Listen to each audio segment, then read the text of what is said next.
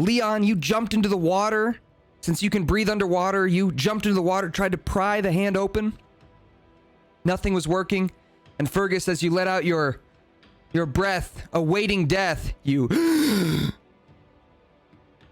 feel this strange tingling sensation on the sides of your neck. And you can feel water entering into your airway. And it's a strange feeling. But you don't run out of breath.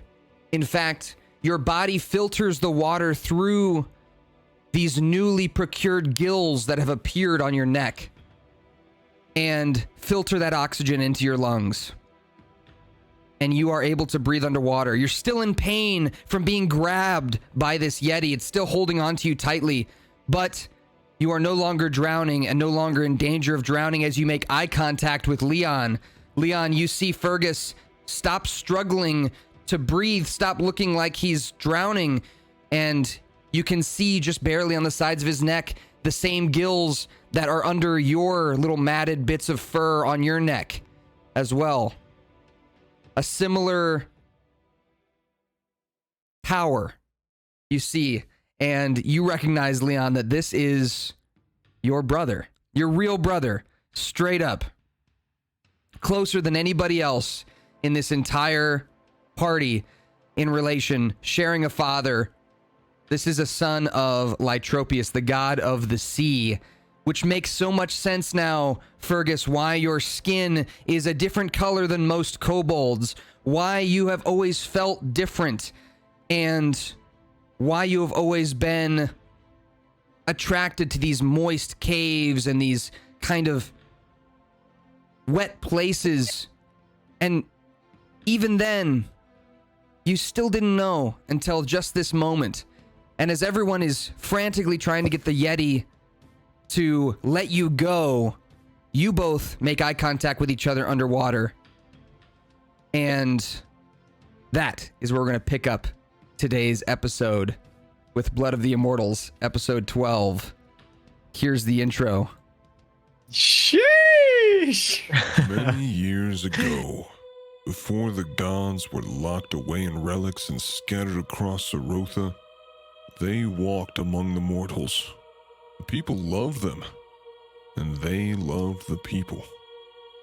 So much so that children were born. Demigods, blood of the immortals running through their veins. These children have been kept hidden from those who would do them harm, hidden from those who would kill them. Like me. But fate has a funny way of bringing us together, like moths to a flame. And if I sow enough chaos, if I burn enough cities, those demigods will have no choice but to reveal themselves. And once I've taken care of them, there will be nothing standing in my way.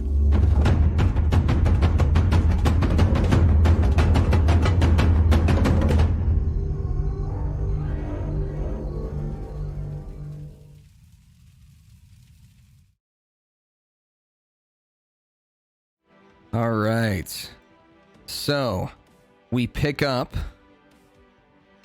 with the group of you standing off against a large Yeti who seems to be able to overpower you all. Your damage barely seems to hurt him. Let me pull up the map again. Let's see here. Minicam, turn it on. Transition, boom. All right.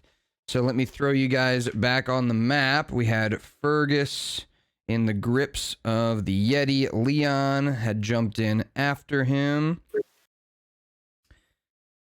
And the rest of you had surrounded the Yeti. Let me make sure. Is that everybody? I think that's everyone. All right. So with that said, everyone, let's go ahead and roll initiative. Let's get this thing started because this Yeti is not letting go.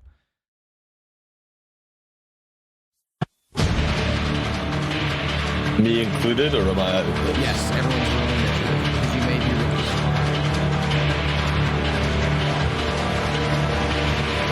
Sorry, I'm getting to it.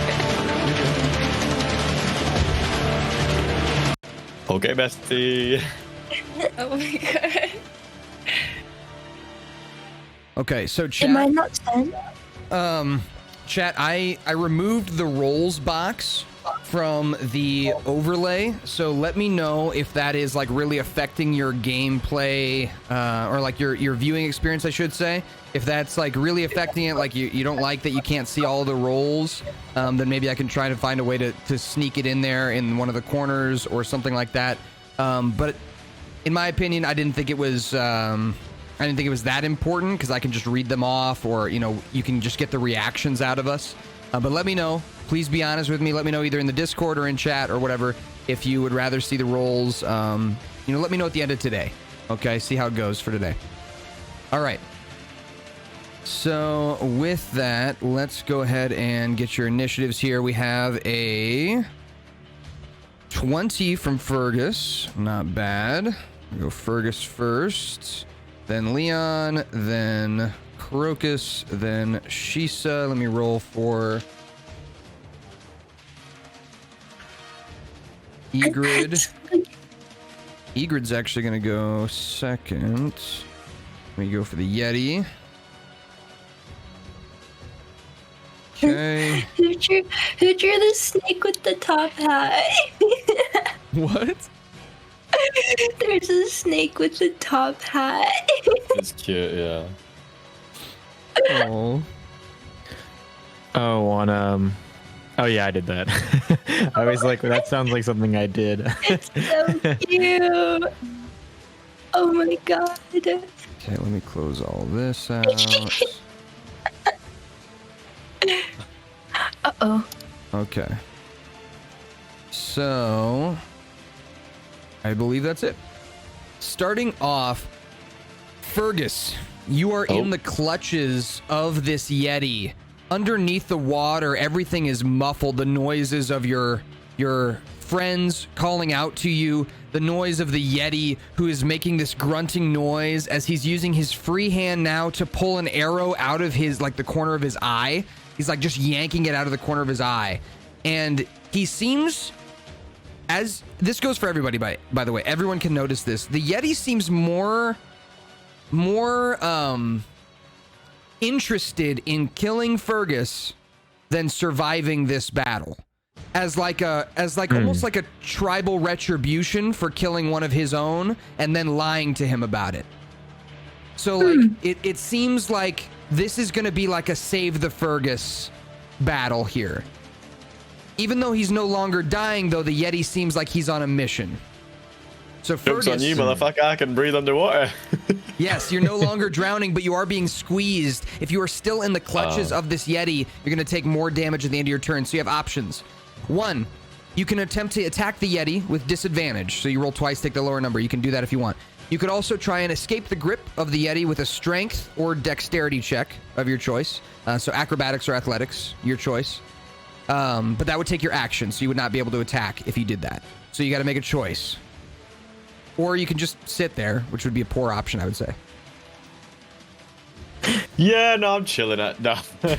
Okay, well, I'm not going to bother attacking. Obviously, I'm quite an acrobatic creature, so I'll roll an acrobatics check and try and slip out of the...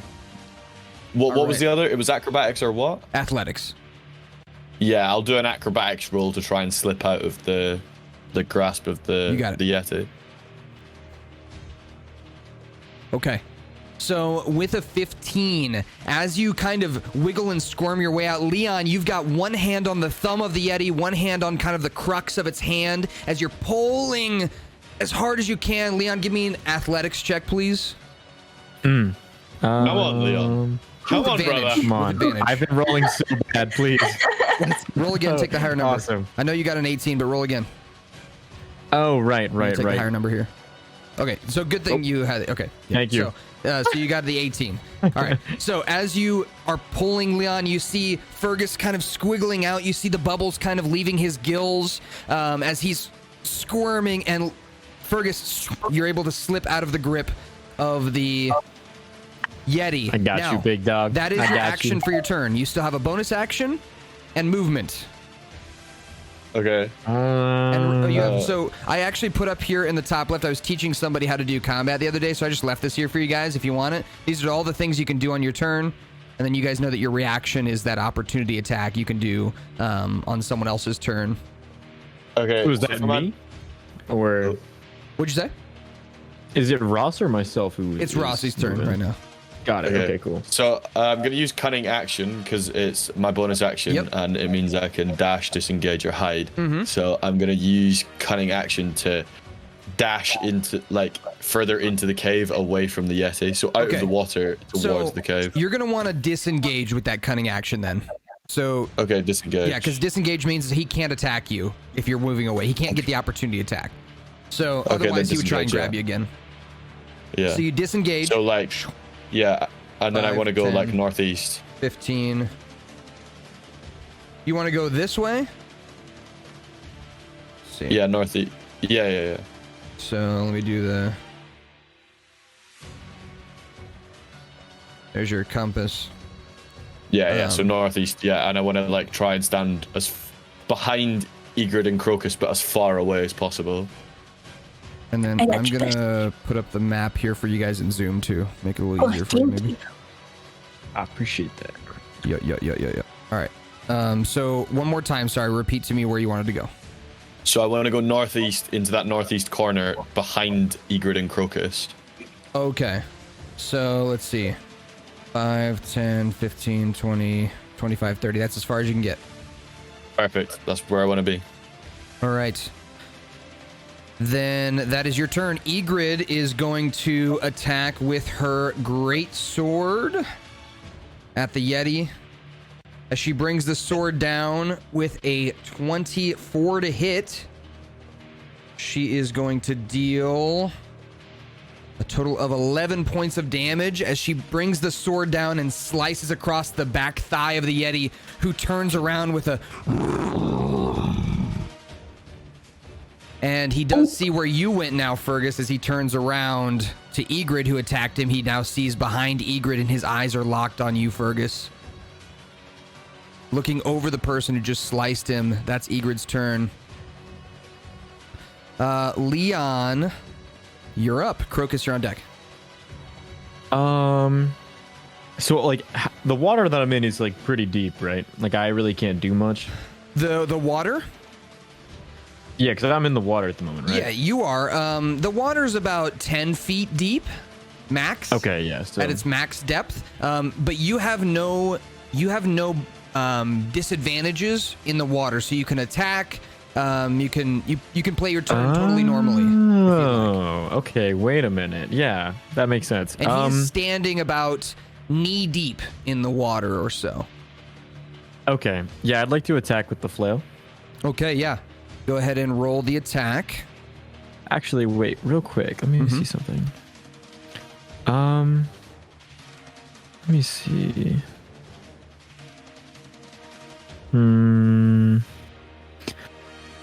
So how long does rage last? Like when would be a time to pop? Good that? question. I've never really understood. Yeah, okay. So rage is a combat only ability. Okay, you're not going to want to use it outside of combat. And the way it works is it keeps going indefinitely until you stop taking hits.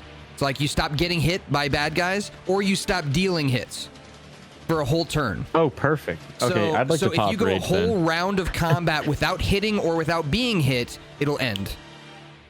Okay? So keep Okay. that in mind. So if Cool. you, like, for example, if you on your turn, like, grab Fergus or something and tried to, like, move him, so that would not be an attack. So you grab Fergus, try to move him, that's like your action. And then the Yeti also doesn't hit you or like attack you in any way, then your rage would end if you were raging at that time because you didn't attack and you didn't get attacked. Right. So even though I'm raging, I can still choose to do something that is not an attack, but like it would lose rage. The consequence would Almost be like you a would hit. end your rage if you don't Got get it. attacked. Okay, perfect. That's a gamble Yeah. you can be willing to make. I would like to pop rage then. All right, yeah. So as you rage, how would you say Leon looks when he's raging? Like it can manifest however you want it to look. Do you think it would be subtle, or do you think like his eyes would like light up like a blue color, or like? I think it would be very subtle, like just very just gets very serious, very intense, kind of Yeah. like. So as your locks in. eyebrows like furrow, you can feel that your body heat up almost, and it starts like the water around you kind of starts steaming a bit, but it's very subtle. And you're able to move so fluidly that you pull out your flail. It's moving smoothly through the water as you go for your swing. Go ahead and roll your attack.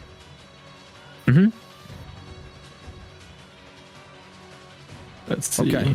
So a 9 is going to miss with the flail. So as you bring the flail through, I mean, the ball of the flail, it does hit like the creature, but it just doesn't seem to do any damage. It looks like its Right, height yeah. is a little too strong for this particular swing.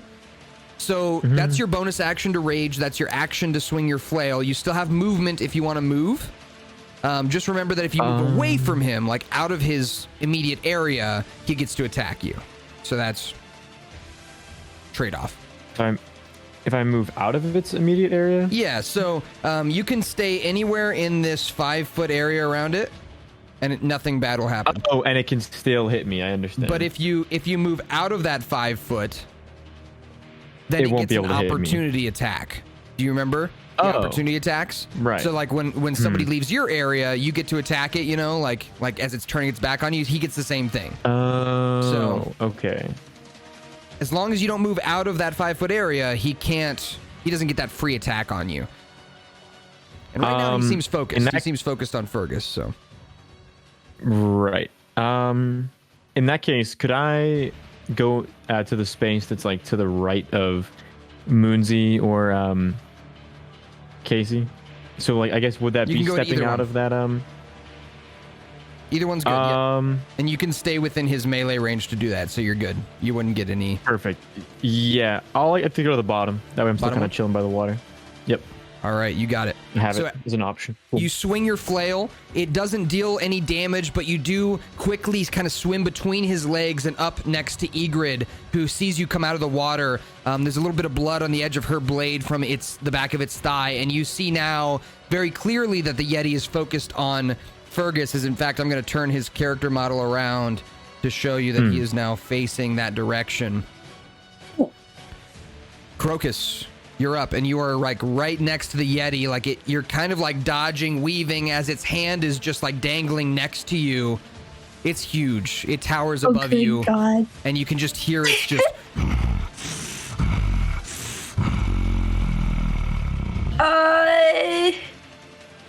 I think I'm gonna give it a good old oh shit, what can I do?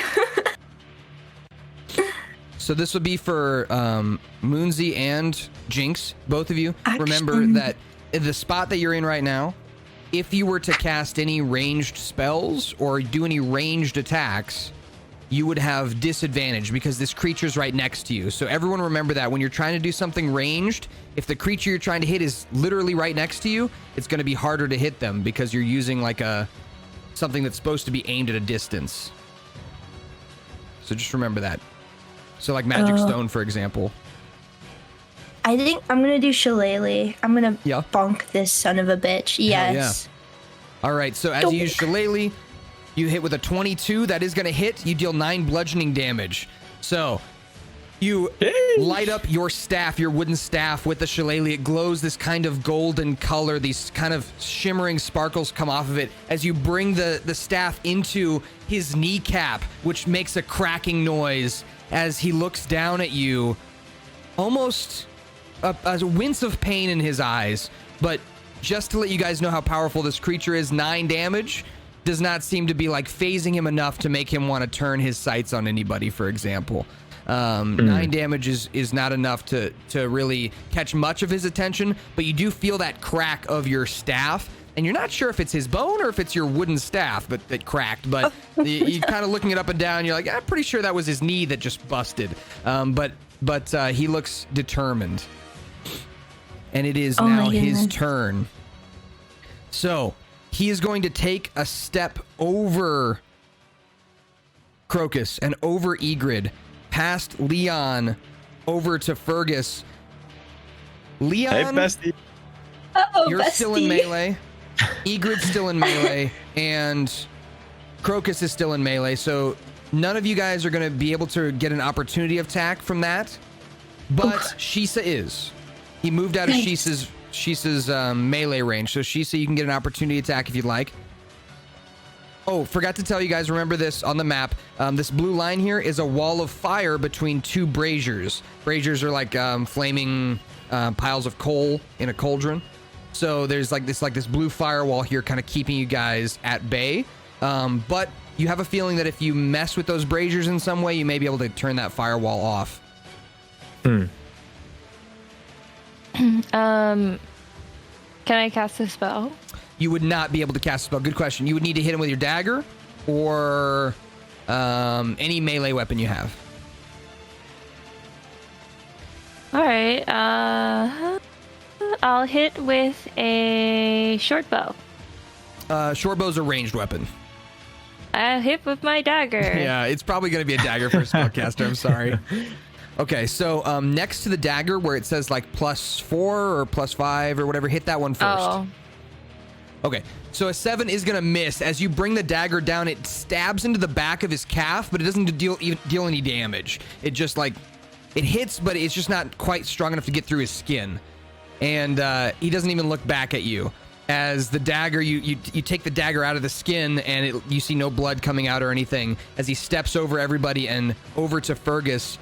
Fergus, he's going to reach down and attempt to grab you again. What I need you to do is roll me a dexterity saving throw.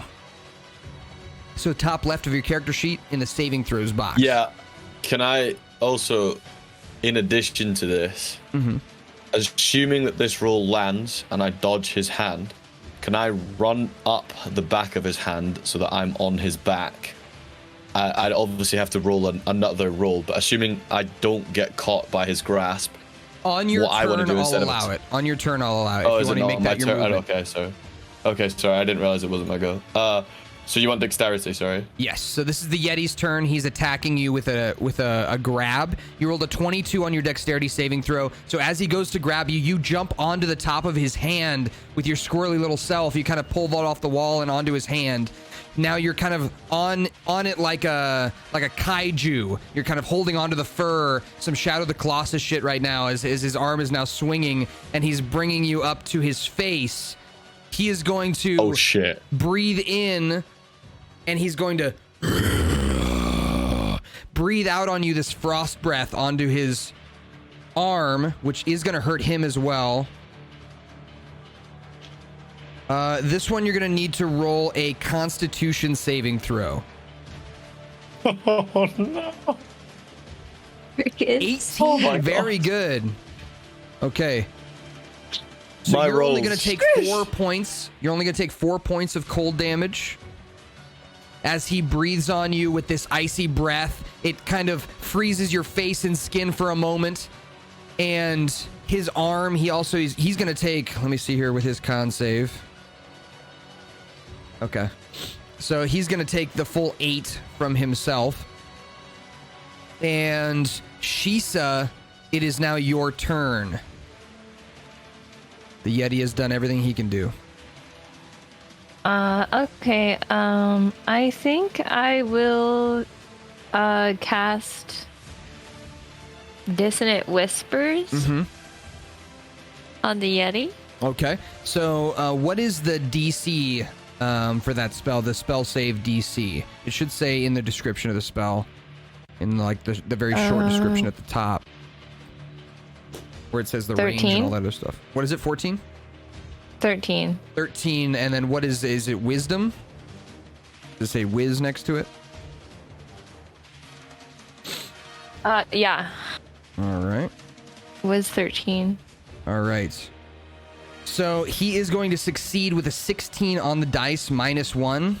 So he's at a 15. So that's going to take half damage. So go ahead and roll the damage. Oh, you did 13. So he's going to take a total of 6 psychic damage as he squints his eyes and kind of winces his shoulders. The Yeti shakes his head and looks back at you, his eyes bloodshot. Now, with Fergus hanging on his forearm, Shisa, you still have your bonus action and your movement, if you'd like. Can I attack as a bonus action? You cannot. Good question. You'll see what you can do as your Dang. bonus actions. If you, in the big square in the bottom right, if you click on actions, the tab that says actions, and then below that, there's like more tabs, and one says bonus action. You can see what you can do there. Okay. I'll just Do you have any healing stuff in your bonus action? no, but I can give you an inspiration. Inspirations are good. Go for it. I'll inspire Fergus. All right. Fergus is inspired. Remember that, Fergus. If at some point you roll at like a medium number, like say like an 11 or 12, that's a good time to use an inspiration, okay? Because it's like close to succeeding, but not quite there. Inspiration What does it dice. let me do it? It's going to give you an extra. You see my camera here? It's going to give you an extra 6-sided dice to roll to add to that number. So if you had like a 12, Okay. you get to roll an extra, and in this case, you'd get 4 extra, which would bring you up to what, 16, which probably passes most things. You see? So it's a one-time use though. So Fergus, you're inspired. Thanks, bestie. Yep. So she's playing No a bard, which problem. is like a spellcasting buffing class. So just remember that, guys. If you get inspired, it's kind of like a buff, a one-time buff. All right, Fergus, it is your turn. You're on the forearm of this creature. Haven't quite climbed to its back, but you can if you want. Yeah, so I want to climb up its arm and like, I guess kind of like just stand on its like upper back, kind of like Okay. here. Not stand, but like be around this area here. All right. You are on top of the Yeti, on its back. Can I attack, or does that count as my action? You can movement. attack. You can attack. That's fine. Oh. And you will get advantage on this attack, so roll twice, take the higher number. Okay, so I'm gonna attack with my rapier then, because Sure. I in melee range, and also it's because I killed the other Yeti with this rapier. So you That's know fucked up. we're coming full circle. So I'm gonna stab it. So I rolled the +5 twice. Yeah. Yes, so you can hit shift and click it, or you can just roll twice. Okay. So bringing the rapier down, it doesn't quite pierce the skin of this creature as it just kind of digs into the back. And you feel like you're kind of wobbling on the top of its shoulders. It's just kind of a hard angle to really jam the rapier in and at a good angle. And the creature is now kind of reaching back towards you. So you're kind of scared a little bit because you know how strong this creature is. So that's kind of explains maybe why you're unable to quite make impact here. You still have a bonus action and movement. You still have, I would say, half your movement left. So like 3 squares or climb all the way down. So it's not viable for me to stay on his back. Is he gonna knock me off? He's gonna try and grab you. I would say you're pretty vulnerable on the back. It's a good spot for attacks, but it's a bad spot to stay. Does that make sense? Like, it's a good spot for you to, because you get advantage on your attacks. He's pretty, it's hard for him to be able to defend against them. But then once you stay there, it's pretty easy for him to just reach back. His arms are long and lanky, so it's pretty easy to reach back and just kind of grab you, or try to. Okay, then I'm just gonna do the same as last turn. I'll use my bonus action to disengage, Yep. and I'll stand behind. I'll go northwestish behind, just as close to that wall as I can get. Okay. You can probably get to about right there. Yeah, so that's fine. All right. So about 10 feet away from the Yeti, Fergus, unable to make purchase with the rapier, but able to escape from the creature. Egrid is going to attack again with her sword, rolling a natural 1. So she's going to miss as the sword clangs off the rocks. Leon, you're up. You're kind of in the corner next to this creature. You're still in what's considered melee range because you're 1 square away from it diagonally. So you can still attack it if you want. You can still move around it or whatever you'd like to do. Cool. I would like to go for it again. I would All like right. to hit it with the flail. Go ahead and roll your attack. Woo! There it is. That's a natural 20. That's a crit. All right. Oh my god. So, I've decided to make it a little bit easier for newer players, so I don't have to explain it every time. We're gonna do classic crits, classic D&D crits, the way it's meant in the rule book, not the way I had it before. So you're gonna roll your damage and then just double it. Oh, Okay? cool. Make it simple. And then am I still in rage because I missed last time? I don't know how that works. You're still in range because you made an attack. Perfect. You tried to attack. That is cool. You don't need to hit. Okay. So you got a 1d. Okay, so that's like, yeah, that's minimum damage you can do. You get a 1d8 plus 2, but you do actually get extra very damage funny. from raging too. You get an extra 2 damage. So it's going to be 5, and then we're going to double it to 10. Okay? So it's going to be a total Perfect. of I'll 10 take it. damage, which is pretty good. That's So- actually very funny to me. So as you bring the flail around, your flail is like a spiked ball, right? Did we decide it's like a spiked ball? Yeah. Okay. So as you bring the flail around, the chain kind of rattles through the air as the ball slams into the calf of this creature, and the ball kind of sticks in as you pull it out, leaving a little spurt of blood that comes out of his calf as he looks down at you and he says,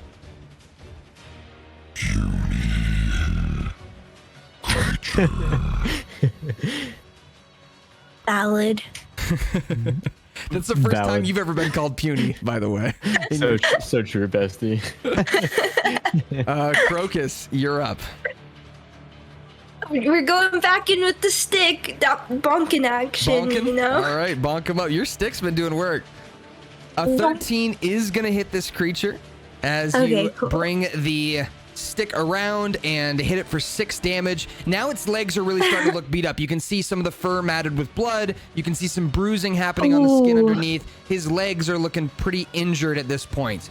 But the rest of him looks pretty healthy. Anything else you want to do with a bonus action or a movement? Can I move back near Fergus? Yes. Where do you Cool. want to move? He Just is going to next be to able to him, just- opportunity attack you if you move. Oh, right. But he may not take it. You know, opportunity attacks are optional. You're not sure if he's going to do that or not. True. What? I don't know. What bonus action can I do? You can prepare a magic stone. Okay, I think I'll prepare a magic stone then. Okay. All right, sounds good. Magic stone is ready to go for next time. And didn't want to move? Want to stay there? We'll stand our ground. We'll stand our ground. All right. The Yeti is going to ball up its fist and bring it down on top of Egrid, Leon, and Moonsey to try and get you out of the way. Everyone, please roll me dexterity saving throws. I'll roll for Egrid. It's the top left box, the small kind of square box in the top left that says saving throws. Okay, so we got Crocus with a 5 and Leon with a 13. So, Leon, you are going to save from this. Crocus, you are not.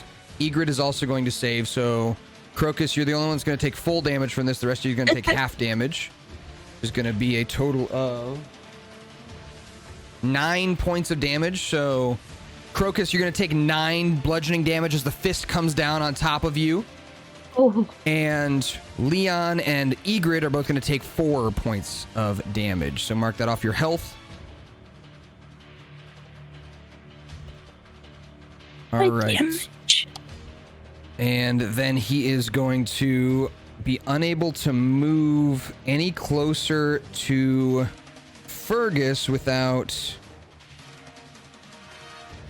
All right, and the fist, when it comes down, it pushes you, Crocus, pushes you back 10 feet because you failed your save. The rest of you are stay put. So Leon and Egrid, you stay where you're at, but Crocus, you get pushed like back into the water and kind of fall on your back in the water. You're not drowning or anything. You just kind of fall backwards into the water. So then the creature does get to walk forward, unable to attack because it already used its action. So Fergus, you're safe for now.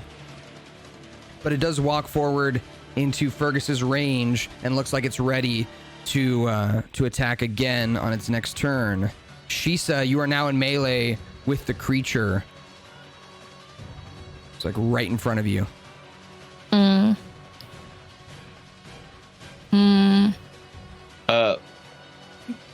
I just want to point out, I only have 12 health left out of 21, so I don't know if you want to play it safe this round and heal me.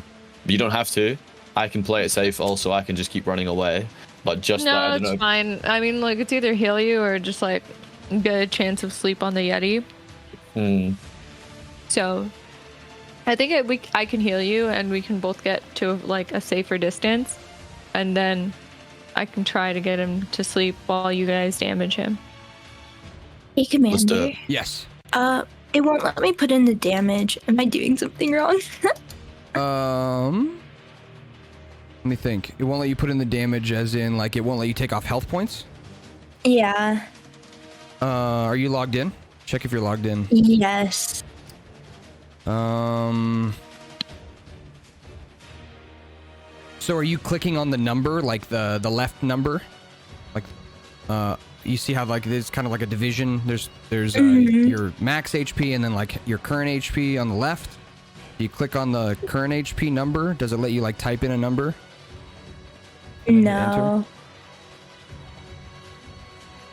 So in that top right box, let me pull up D&D Beyond here.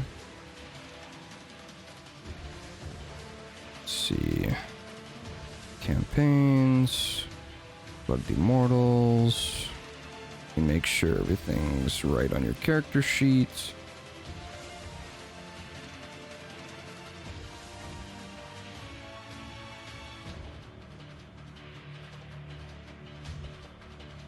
All right, so in the top right where it says 21 and 21, you see that?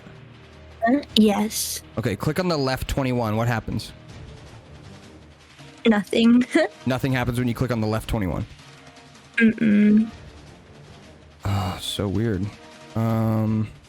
Maybe should I try signing out and then signing back in? I would Why try don't we it. just write it down for now? How about we write it down for now and then? Okay. Yeah, I've got it for now. So you took, what did we say? 9 points of damage. So you're at 12. Okay. So yeah, try some different things. Try refreshing and All good. all that good stuff. There should also be a box on the far left that says heal. Like on the far left. Of the Yeah, hit that points was bar. the one I was You did that trying one? to do. Yeah. And it didn't work. Mm-mm. Yeah, that's super weird. I changed it for you for now. No worries. Thank you. All right. So, where were we at? We were on Shisa's turn. Shisa, did you do your thing yet? I'm healing Fergus. Healing Fergus. Okay. Go ahead and roll the heal amount.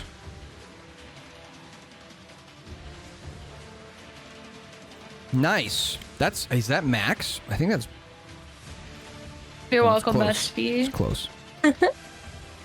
All right, so you're going to heal for 16, Fergus.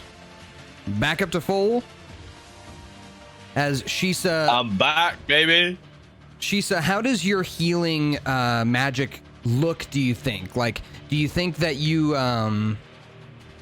play like your little instrument and then touch his shoulder? Or do you think it like comes out of you like snake poison that kind of like surrounds him? Or like, how do you imagine it looks like your magic, your healing magic? I imagine it like in Naruto when the healing magic, like with the chakra, like I imagine like me just placing both my hands over his wounds and just like healing them, like, and like his wounds lighting up as I'm healing them, just like really rapidly. In Naruto, is that like, do they do it like, is it blue in Naruto? I can't remember. Yeah, it's blue. Okay, so yeah, it's kind of like a blue glow. Yeah, nice, cool. So Fergus, these kind of like scratches, bruises, bumps, and scrapes that you have from being thrown around and squeezed are healed up with this kind of blue magic that comes from Shisa's hand, and you actually feel your left wrist crack back into place too, like. And it does hurt for just a millisecond, but then you're good.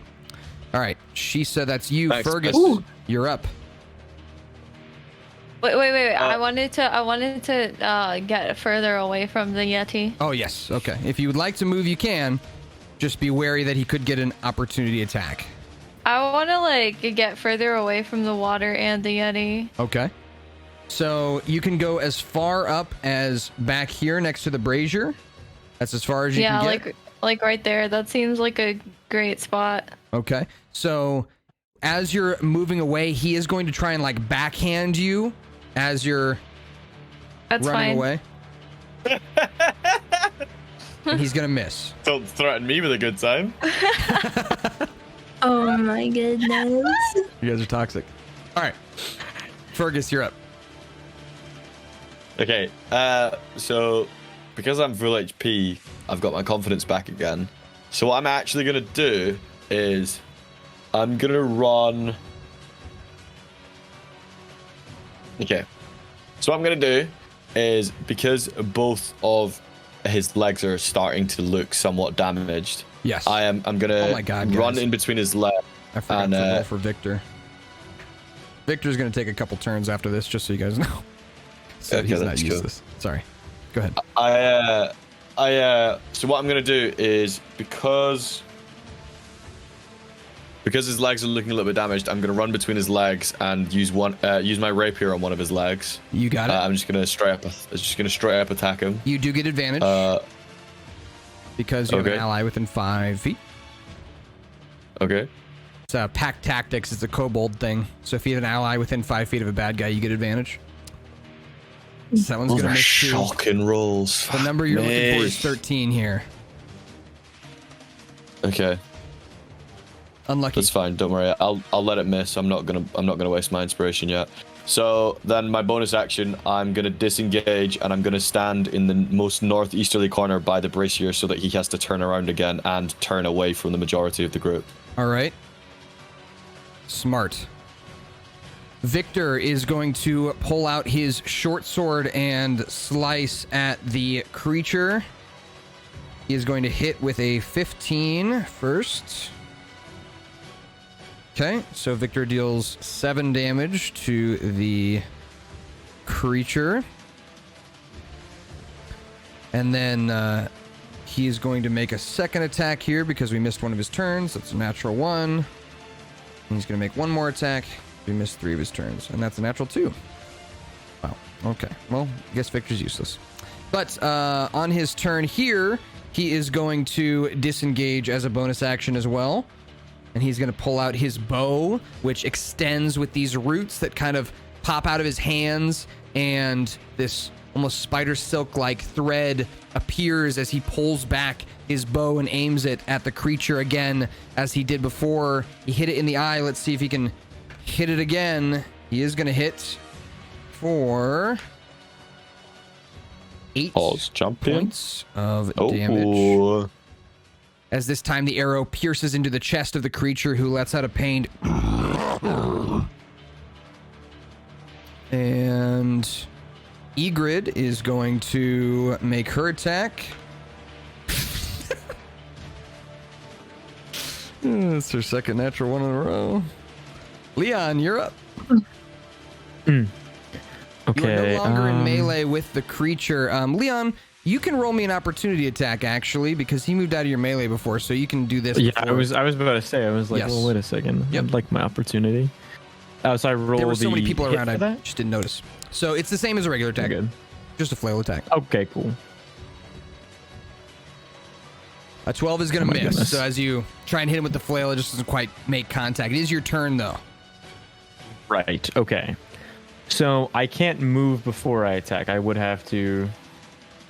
You can do both. You can do any order you want. You can do these in any order you want. You could do bonus action first and then move and then attack. You can do attack, bonus action, move. You can do move, bonus action, attack. Oh, perfect. For some reason, I thought it was very rigid. Okay, cool. Yeah, I'd like to move in the tile immediately between the Yeti and Fergus and Got it. attack with the flail. Stand in front Kind of of your brother. use myself as a bit of a meat shield. You got it. Go ahead and roll your flail attack. Come on. Oh my goodness. So unlucky. These rolls, so unlucky. Was that a It's 4 tough. and an 8? Oh man, so unlucky. Okay. Brutal. It happens sometimes. Don't worry.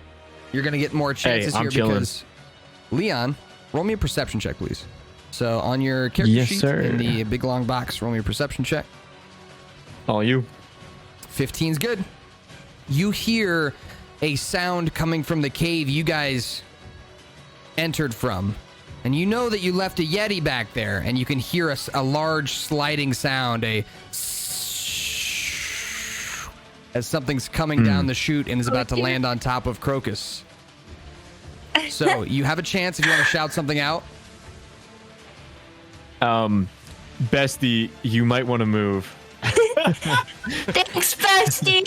Crocus, it's your turn. As you're kind of been splashing around the water, you do hear Leon say that, and now you're hearing that shh sign. I gotta go. Sound coming I down gotta from go. the chute. Can I want to move. I want to get out of You there. can move 3 squares from this spot.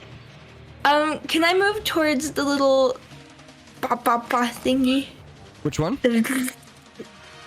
I don't remember what it's called, but towards Shisa. Okay. So straight towards Shisha, like right there? Yeah. Okay. So you move straight north up towards the brazier and Shisa out of the water. And that's just your movement. What would you like to do for your action or bonus action or both? Is there a way I can interact with to figure out what's going on with this little fire thing? Yeah, roll me an investigation check. Okay. Oh, Oscar. The natural 1. Oh. Unfortunate. You're confused by it. It seems magical. You're just sure that these braziers are at least causing the flaming wall. So far, nothing has stood out to you. Sorry. I'm in pain. That'll be your bonus action. That's my bonus action. Okay. Can I throw my magic stone? Yeah, hell yeah. Go ahead and roll your attack with the magic stone. A little An bit 11 better. is gonna miss. Not That better. 13's the magic number you're looking for. 13. Oh, pain. Unfortunate. So It's okay. you're having a hell of a time this turn, but it's okay. We'll get back to you soon. The Yeti is going to turn around and he looks down at Leon and says, You in my way. do you say anything? In my way. Says that to Leon. You want to respond at all? You just gonna nod? I really don't have much to say in response to that, if I'm being honest. Just kind of it feels like at this point there's very little I can say to change this guy's mind. Like I really Sure. All right, so he is going to attempt to grab you now, Leon. So go ahead and roll me a dexterity saving throw. The top left box. Dexterity save is going to do it. there it is. Yep, but you roll good when it counts, man. So he goes real. to grab you, and he actually does wrap his like hand around you, but you're so strong that you just kind of like push it off and push his hand away as this kind of anger flares in his face, and he is going to attempt to breathe ice on you and Fergus. Both of you roll me Constitution saving throws, please. Constitution saving throws. Okay. There it is. So, Leon, you're going to take half damage from this. Fergus, you're going to take full damage. It's a total of 7, halved to 3 for Leon, 7 for Fergus. All right. And that is that Yeti's turn as the other Yeti from above, who you had woken up, who has been following you, who you killed what seems to be maybe its mate, angrily drops down next to Egrid and goes for 2 swipes on Egrid. First is gonna miss, second's gonna miss. It brings its fist down. The icicles on the ceiling now you all notice are dangling like as it slams its fists onto the ground. These icicles are procured precariously above everybody in the group, and the enemies could maybe use them in the combat. That is the Yeti's turn. Shisa. Oh, shoot. This is scary. The other I'm Yeti showing up scared. does make this much scarier. And it is angered. It is enraged from what you I'm did to its partner. gonna just shoot my shot like I said I was gonna do. I planned this out before. Nothing really changed with an extra Yeti. This makes this much more important. I'm gonna try to put the injured Yeti to sleep. The big one? Yeah, the more boss? injured one. The one that we've already, All right. Go ahead and roll your sleep. So it is, I believe what we had to do last time was /roll 5d8 in the chat on Roll20. So like /roll and then the number 5, lowercase d8. But let me double check here. Sleep D&D. I think it's 5. Is it 5d8? Yeah, it's 5d8. Okay. All right, 18. As you cast the sleep spell on the Yeti, it seems like he has more HP than 18, and he does not fall asleep. Dang. Okay. That is your action. You still have your bonus action and your movement. I want to inspect that wall. Yes, you want to inspect the brazier? Yeah. Okay, go ahead and roll me an investigation check. Okay, with an 11, that's good enough. So with an 11, you see these kind of Nordic-looking runes around the edges of this metal brazier that has these smoking hot coals in it, this blue flame coming out of it, creating the wall here. So it is like a metal pot with these runic markings around the edges of it, and it's kind of spewing out this blue fire. And you have a feeling that if you can interrupt these runes in some way by like scratching them or denting them or using your own magic in some way to try and like interrupt these runes, you can get that firewall to come down. Can I do like one more thing, like picking up an object and like You can pick up jamming something. it in there? Yeah, Can I you pick can up? something, Can I you like can't break jam an it in this icicle? turn. Oh dang. Okay, well I would like to pick up an icicle. Okay. So yeah, there are some Like- loose icicles on the ground. Yeah, a really big sharp one. All right. And, You've got a sharp icicle for next turn. Yeah, watch out, everybody. I got a sharp icicle. All right.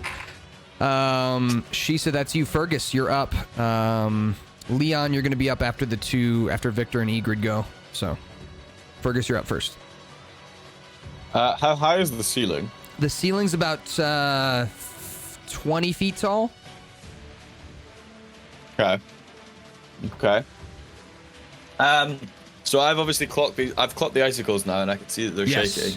You see And, them all kind of dangling back and forth like a chandelier almost. Yeah, and I kind of an evil smile sort of creeps across my face because I can see that I'm beside the wall, and I know I'm agile as fuck. So instead of attacking, what I want to do is I want to climb up the wall onto the roof using my I want to use my acrobatics, I guess, for that. Yeah, you can use acrobatics for that. And what I want to do, assuming that lands, is I want to first of all knock all the icicles that are above the Yeti. I imagine I can only reach the biggest Yeti right now, so knock all the icicles off so that it falls on top of the Yeti. So acrobatics, please. Okay, God. so, Fergus, you see your brother have a mischievous look in his eye as he begins to scale the wall. Fergus is kind of climbing up. Leon, would you like to help in any way him scale this wall? How would you try and help him kind of get up to the ceiling? Depending on what you say here, I might give him a bonus.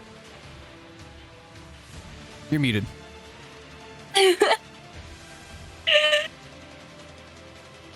I don't know how that happened. You're good.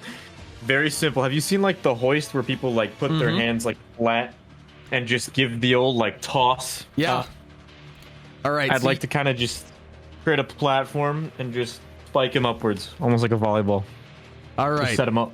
So, Fergus, you see Leon kind of almost go down, kind of like into a squat stance with his hands out as a platform. As you step up with your little lizard foot onto the hand, Leon, you vault him upwards towards the ceiling. Fergus, you almost slide up the wall like a surfer, up the wall. And go ahead and roll me an acrobatics check with advantage. So go to roll twice, take the higher number here. Oh my goodness. Okay. All right. So with a 16. Before you finish your sentiment, I'm also going to use my inspiration on the 16. Okay. So go ahead Which I and know roll. might be overkill, but I'm going to fucking do it. Okay, so what do I roll now? Is it a D8? It's a D6, I believe. So / roll Okay. D6. Or you can, if you have a dice on you, you can roll a 6-sided dice. Okay, so it's going to be a 19 then. All right. A 19's good enough. So, as you slide up the ceiling in this kind of epic fashion, Leon, you see your brother swerve up the curved side of this wall and grab onto 2 large icicles above the Yeti. Fergus, what's your plan? You want to break them off and come down on top? Oh, What's your plan? You tell me what your plan is. so I kind of wanted to Spider-Man this round, where I was going to just stay on the roof, assuming my roll was good enough. Okay. Because obviously I'm quite an agile creature. Yeah. But do I also want to come down hard on the Yeti? Fuck, that's a good curveball. Can I I will roll say, a perception and staying up can here I is roll going to a be hard. perception? Sorry? Staying up here is going to be hard. They're icy, pillars of water. You're already sliding down them. By the time your turn ends, you're probably going to be in free fall anyway. So I'm not actually on the roof, I'm holding onto the icicles. Correct. There's no place for you to Okay. stay on the roof in a spot where you're not Okay. going to slide down. Okay, then here I fucking come. Geronimo, icicles, and I'm gonna come down. Can I attack as I land? I'm just going to have him roll a dex save, and then if you come down, we're just going to have it deal 2d12 damage. So I'm going to roll 2 12-sided dice, or you can roll them depending on his dex save. Okay? Okay. Sound good? Okay. That'll be more damage than any of your weapons could anyway. So so you bring the icicles down. We're going to roll a dex save. He rolls a 5. Go ahead and roll / roll the number 2, lowercase d, and then 12. Wow. Are All you right. fucking taking a piss? So he rolled 2 2s. A total of 4 damage with the icicles. But How it is. You are back on the back of the Yeti now with the icicles implanted into his shoulder blades, kind of limiting the movement of his arms. He can't quite reach back and grab you back here when you're hiding behind these icicles. He's going to have to remove the icicles first as he lets out a pained. He looks over to the other Yeti, who lets out a pained and is swinging on Egrid in agony. Fergus, that's your turn. Victor is going to fire his arrow and try to avoid Fergus here. He rolls a 19, which is good. He's going to roll his damage, which is 8. So Victor deals 8 more damage to the big Yeti that's injured. Egrid is going to... she's going to turn her sights on the other Yeti who showed up and attack it. She rolls finally a 24 and is going to deal 3, 6, 7, 8, 9 damage of slashing. She's also going to smite as well. A couple d8s extra here of damage. She's going to deal an extra 1, 5, 6. She's going to deal an extra... So she's going to deal a total of 16 points of damage. Very nice. As Egrid swings down on this other Yeti, who, as she swings her sword down, she cuts the forefinger and thumb off this Yeti who's trying to reach for her and lets out a pained grunt. Oh. Leon, your turn. Let me see. So you're currently face to face with the Yeti, I'd say, who is distracted by what's on his back. Right. So if I were to hit the Yeti, would it put Ross in any danger? I don't want to. Nope. Okay. So I can just continue to whack the Yeti. You totally can. You totally can. Cool. I'm actually going to give you advantage on this attack because he's so distracted by Fergus on his back. So I will take that. Teamwork. Cool. That's my brother right there. Let's fucking go. Yeah, brother shit, dude. Oh shit. So 22 for sure going to hit, but roll again just in case you hit that natural 20. You never know. Yep. All right. Oh. So 22 is definitely going to hit. Go All and roll your damage. And then add 2 Please, to I'm it. begging you. There it So- is.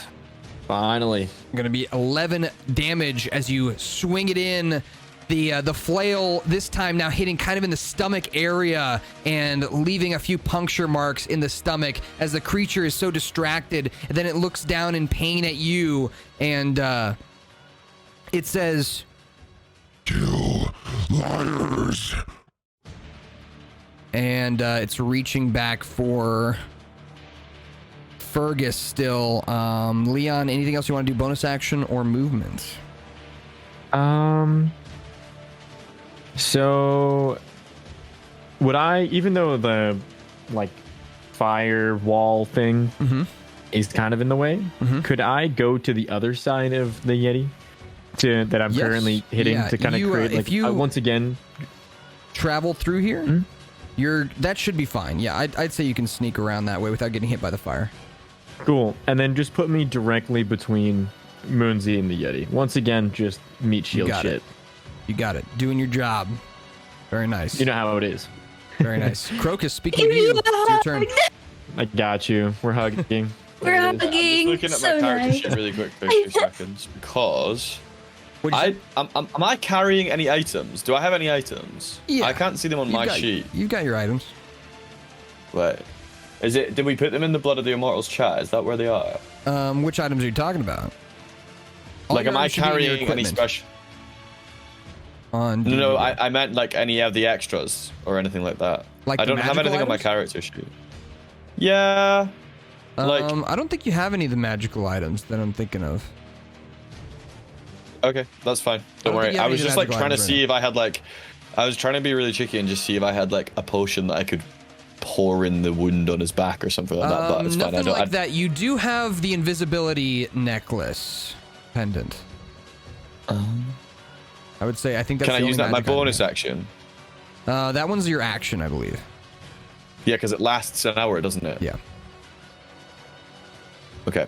Okay. So because I'm on the back, he's distracted. I'm gonna get advantage, and because there's already icicles. It's almost your turn. We're gonna do Crocus first, and then we'll Oh, circle okay. around. Sorry, I thought you said it was me. Sorry. No, I you're got, good. sorry. my Crocus bad, and my Fergus bad. do sound similar. Crocus, you're up. Okay, I'm gonna try again. There has to be something more to this little fire column. So investigation go for it. again. Nice. Okay. So you see a similar thing to what Shisa sees. So with a 17, you're going to see those runic markings around the edges of the brazier, and you know that if you can interrupt those in some way by scratching them off, denting them, removing them with your own magic in some way, you can just put this flame wall down. Ooh. Okay. Shisa looks like what's she's it picked up an made of? icicle to try and like scrape at the carvings. You have a Oh. feeling the icicle might not be a good idea though. Right. With your 17 because it's hot metal, it's just going to melt the icicle probably. But like maybe a dagger or some other sharp weapon, or someone with a really strong bludgeoning weapon like a hammer could maybe hammer one of those Would- runes. Something hot that I can perhaps maybe throw at it, mayhaps get the runes. Sure. I remember from oh crap, I'm trying to pull it up. I have a where is it?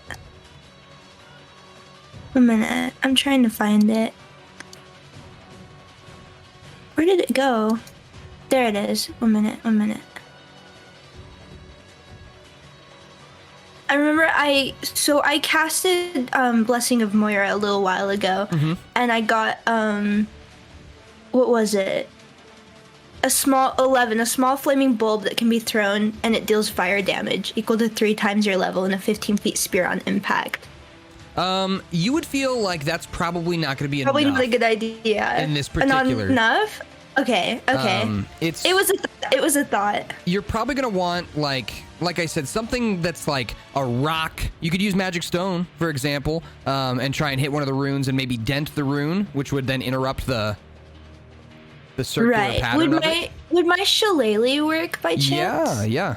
Absolutely. Okay, let's do shillelagh on the runes then. All right, so you're going to take your staff, and with a natural 20, you swing your wooden staff towards one of these runes. It kind of looks like a hawk.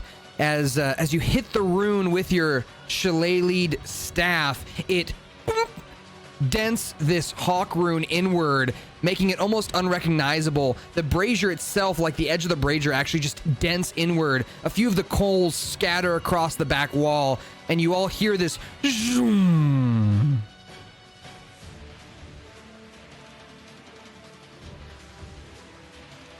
As the flame wall is shut down. That was smart of you because I was about to use that. God damn it. Hey. There it is. Crocus, that's your Outfoxed action the and your fox. bonus action. Okay, cool. Any movement? Would you like to stay there? There's a lot more open room for you now. Let me go near the cave in front of me. All right. Like that? Yeah, that's good. All right. Yeti is going to go, and it's going to reach back for Fergus, but it's got those icicles in the way, so it's going to yank the icicles out. Since they're unmoving targets, it's just going to yank those out of its back with its action, and it is going to look over at the firewall that is now dropped, and as it sees it drop, it waves its hand in a similar fashion to when it first created the flame wall, and you see the brazier on the right that's still standing. It kind of lights up a big flame, but it doesn't kind of go across the room like it did before. It just this one brazier that's still left is just kind of a large flame now, as he's going to come backwards away from Egrid and Leon, who both get opportunity attacks, and he's going to fall backwards on the brazier with Fergus on his back. Oh! Big stuff, big stuff.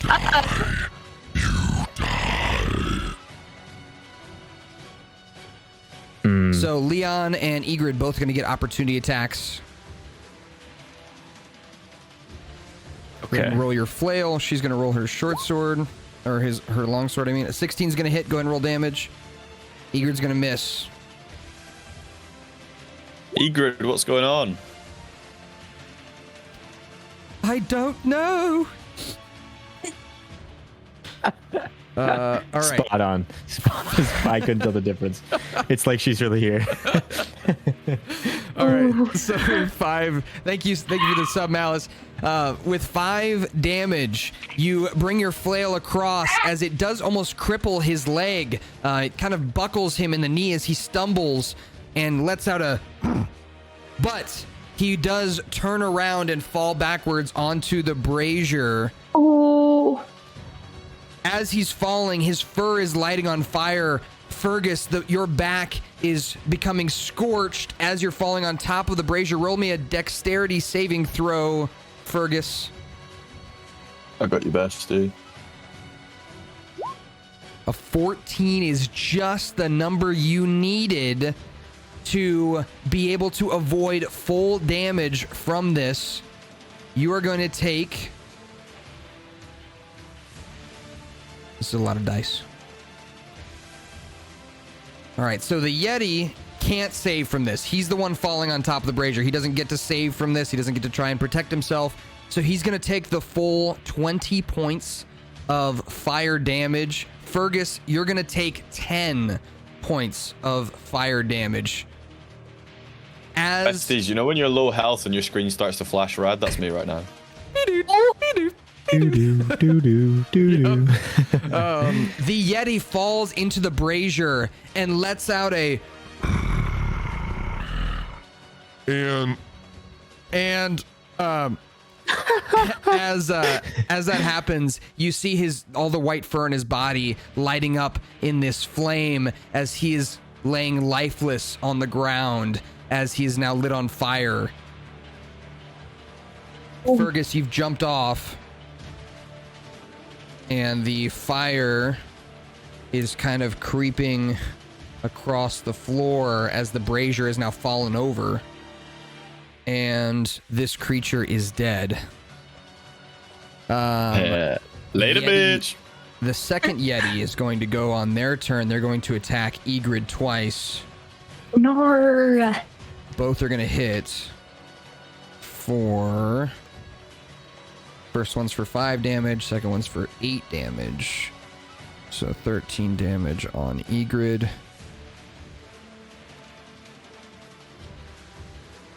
All right.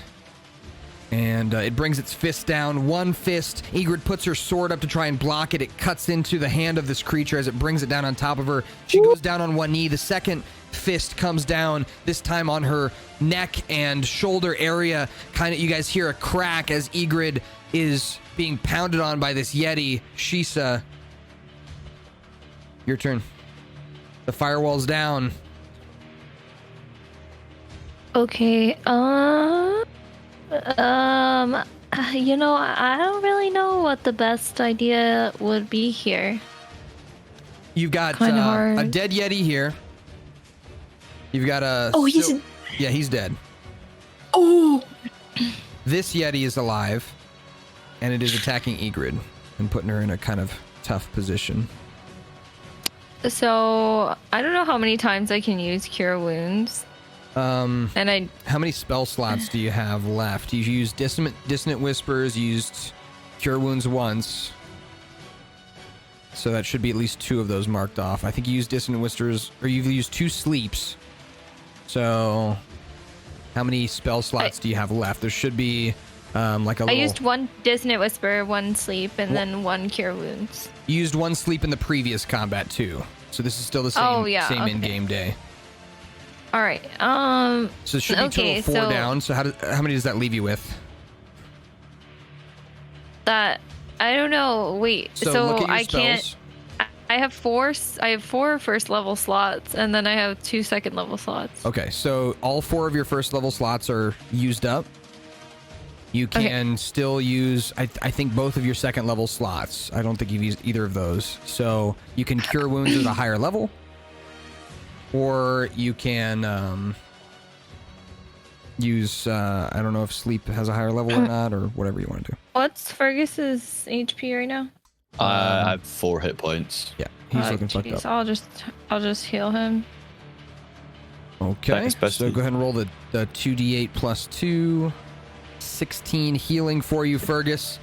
She's, you're going to have to walk up to do that. And then from there, where do you want to go? I think I'm going to walk back towards Crocus. All right. You got it.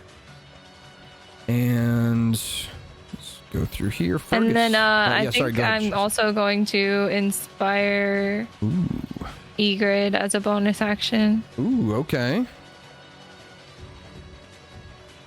All right. Egrid's inspired. I will make sure to use that. Anything else you want to do? That's your movement, action, bonus action. That's it. What's the thing that I'm next to again? This is like his throne, like his icy throne that he was sitting on. Can I inspect the throne? After this combat, absolutely. It's kind of big. It's kind of big to be able to inspect just by yourself. Yeah, right that's fair enough. I'll just pass. All right. Fergus, you're up. Leon, you're after the 2, Victor and Egrid. I just want to extend a very, very warm thank you to Shita for keeping me alive multiple times throughout this fight. So thank you, Master. No worries. Can I roll? Actually, no. No. I'm just going to go straight for the attack, but I kind of want to throw a curveball. If I'm overstepping the line, just say, can I dunk one of my arrows into the fire and make it a fire arrow and shoot my short bow at the Yeti? Because obviously Yetis are cold and they don't like fire, so... It sounds cool to me. I'll allow it if you use up your bonus action to take up the time to do that. Yeah, deal. That's fine. All right. So you rip off a piece of extra cloth from an item you have in your pack. You wrap it around the tip of your arrow and just dangle it over the top of this flame, which lights it on fire, still leaving the point of the arrowhead out. You knock the arrow. Go ahead and roll your attack with the fire arrow. It'll be the same attack bonus as normal. You do get advantage, so roll twice, take the higher number. Good thing too, because you rolled a natural 1. Thank fucking God I get advantage because I just rolled a natural bloody 1, darling. That's much better. Hey. 22. Yeah. Go ahead and roll your Much better. damage, and then I'm going to roll an extra d6 fire damage, which rolled a 2. Oh. So you're going to deal 9 piercing, 5 sneak attack, and 2 fire damage, which is going to get doubled to 4 fire damage. So it's going to be a total of 18 points of damage. How do you want to do this, Fergus?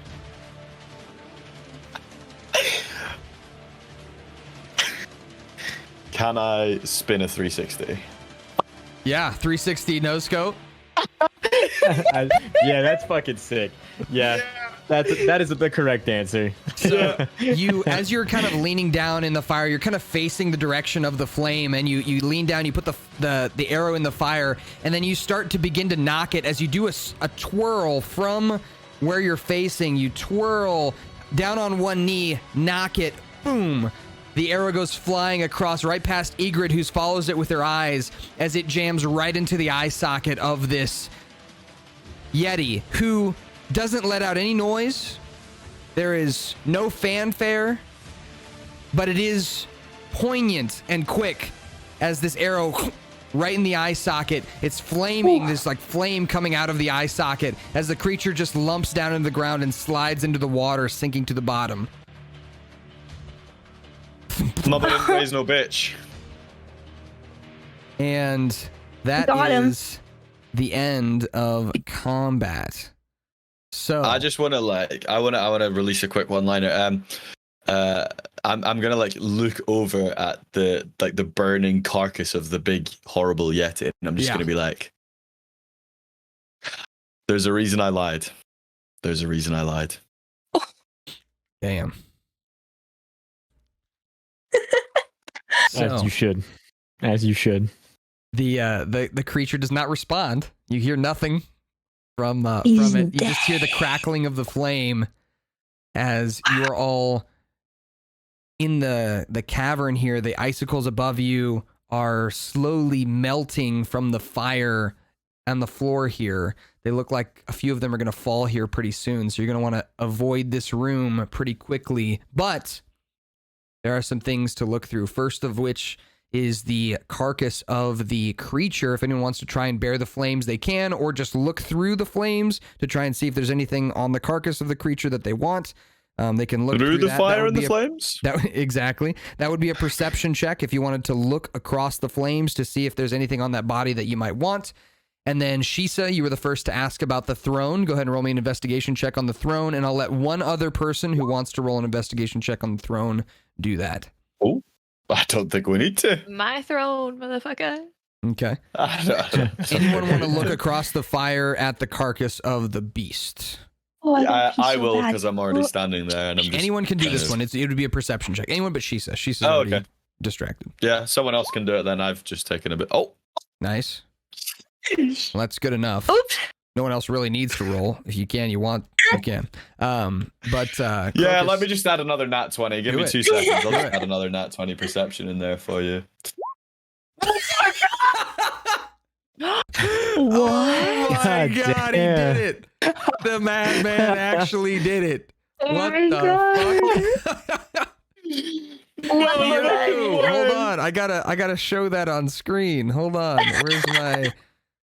I'll put a link in chat if you have links on. There we go. Oh, never mind. You don't have links on. There you go. You guys can see that one. I put it on the screen for you. Oh my god. Holy Good lord. Shit. My luck has been okay today, best. Not too bad. Not too bad. Today's your day. All right. So, with that information, both of you look across the flames at this Yeti who, give me one moment. I've got to turn this off. There we go. My insulin pump. All right. So, looking across the flames, there's a couple things you see. First of which is the horns of the Yeti are unsinged, unaltered, unhurt from the flames. They are left kind of connected to the skull of the Yeti, which is burning up, but the horns themselves aren't.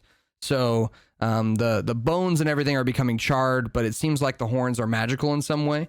Those of you with natural 20s, so Crocus and Fergus, you have actually heard of Yeti horns before. They are very valuable and very good for making jewelry and all kinds of items, special magical things. They give cold resistance, that kind of thing.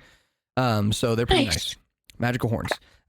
That's all you see on the carcass of the body, though. I mean, it is just kind of a wild creature. So that said, it seemed much more intelligent than other Yetis, and you may have shaken up the ecosystem of the mountain by doing this. He seemed like he was kind of a big deal. So with that, the throne. Shisa, as you're looking across the throne, you notice a few things. The first of which is it looks like this Yeti's been collecting small treasures here and there from travelers that it has eaten or killed. The first of which you find is a notebook. Young child's notebook, it looks like. It's, as you're kind of looking across it, it's a leather-bound Elven Notebook. So it has symbols of Elven culture, and it's written in Elven. Do you speak Elven, Shisa? Elvish? I don't think I It'll be in the do, bottom left no. of your character sheet under languages. The very bottom left. Yeah, no, I speak Abyssal, Common, Draconic, and Undercommon. Okay. So yeah, you're not sure what it says, but it looks like it is a young child's handwriting.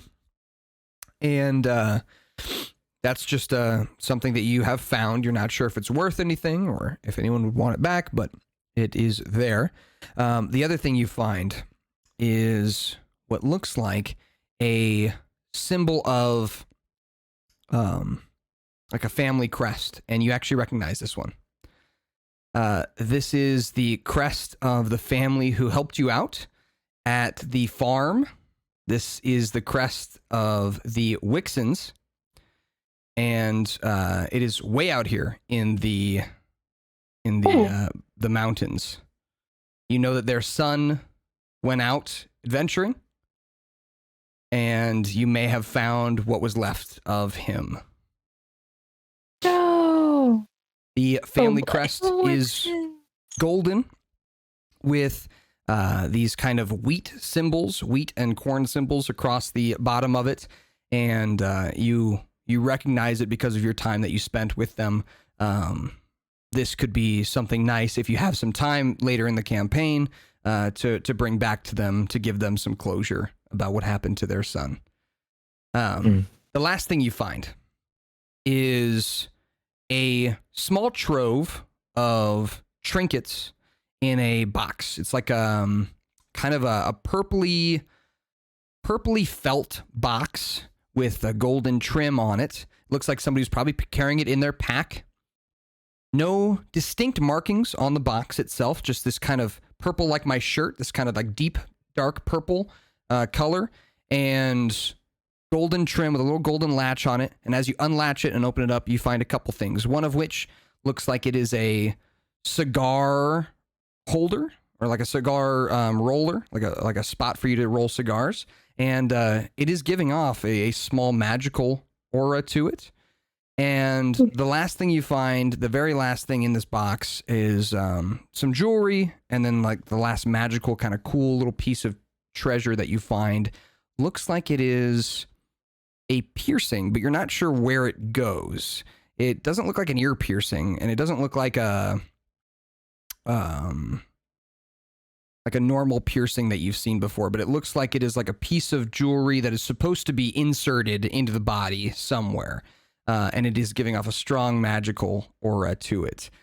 Unclear exactly what it's meant for, but these are things, again, as you know with magic items, you just got to get used to them and use them, put them in the correct spots, that kind of thing, and they reveal themselves to you on how they're supposed to be used. So this might be something that you can bring to a jeweler at any of the towns that you will eventually go to, or you can ask your party and they can roll checks to see if they know where it's supposed to go.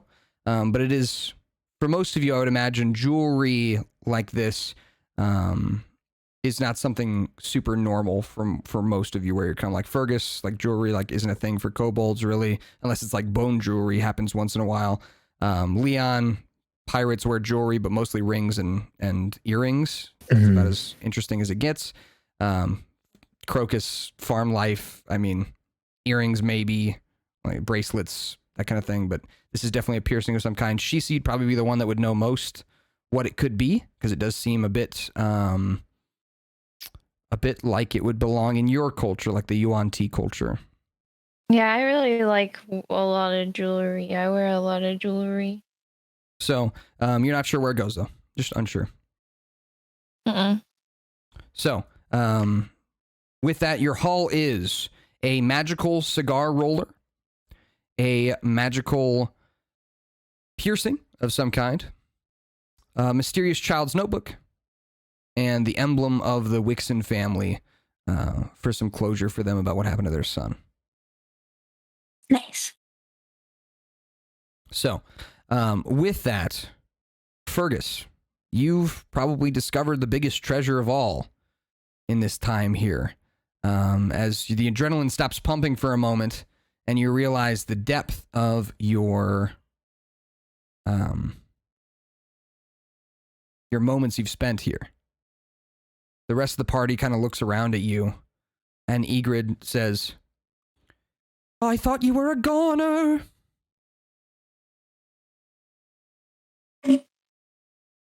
There's about 20 points in the past hour and a half that I thought I was going to be dead. I've got many people to thank. Be it my dad I didn't know I had, my brother I didn't know I had, or my bestie for healing me multiple times during the fight. What the fuck? The companion you brought with you, Victor, says, "Well, I have not seen any of you fight before, I don't think. So this was a good first impression for me." How did we fare? Well, very well. I believe if we were to actually have a normal day when we first met, maybe we could have actually taken down that apex bear. That's unfortunate. Anyway, enough reminiscing. We should get out of here. Yeah. Thank you. Yeah, good talk. Yeah. I didn't quite understand what happened, but I thought for sure that Yeti was going to kill you. I thought for sure. Oh, well, I can breathe underwater. Look, let me show you. Like, I still don't really get what happened, so I'm gonna like walk over to the water and just kind of. I'm just gonna be like, look, guys, I have no idea what's going on here. I could breathe. My neck hurts a little bit. So let's just test this, and I just exhale, empty my lungs, just jump into the water. Yeah, so as you jump into the water, you do feel that familiar sensation. It's a little creepy at first. Now that you're really noticing it, this feeling of your gills growing in once you've touched water. It's kind of like a mermaid's tail that grows in when they've touched water, that kind of similar thing. So first thing you feel is complete freedom in the water. I mean, you don't spend much time, Fergus, in the water in general, like you just haven't in your life. Like once in a while, taking a bath or whatever, but never never really been the type of person that needs to spend that much time in water. It's just like not really your thing. I mean, it's just not necessary. But with that said, now that you're really kind of swimming around in it, you do feel this kind of freedom. And you've always felt like you were a good swimmer, but this is like next level. You take no penalties underwater when you're swinging your weapons. Those gills that grew in allow you to breathe underwater. And in the water here, you see small animals, small fish that have come down from whatever lake or stream kind of flows up through the mountain here, and they are minuscule, tiny little fish. I'm talking like minnow sized little bait fish. But you do hear, as one of them swims up to you, you hear, "Hi, mister." Hey. It kind of like wiggles its tail at you, and says, "What are you doing? What's that?" And it points down towards the Yeti's body that is sunk down to the bottom of this pool. What's that? Wait, you can understand me? Ooh. Well,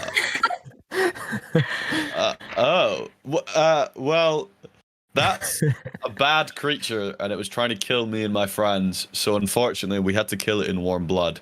But that's a big, scary Yeti, and they eat fish so bad. What's bad mean? Oh God. Not good. Get out of there, What's good Fergus. They're mean. They want to kill you and eat you. Oh, I like eating things. Yes, but it likes eating you. You like eating algae. I've never been eaten before. Is it bad? Eat him, Fergus. You know how when you fall asleep, you fall asleep and you're kind of unconscious for a few hours. If you get eaten, you'll be unconscious forever. Oh, I don't like sleeping that much. Yeah, then you won't like getting eaten. Okay, bye. Wait, whoa! Before you go. Oh. Where are you from? How can you speak to me? What is going on? I don't know. Bye.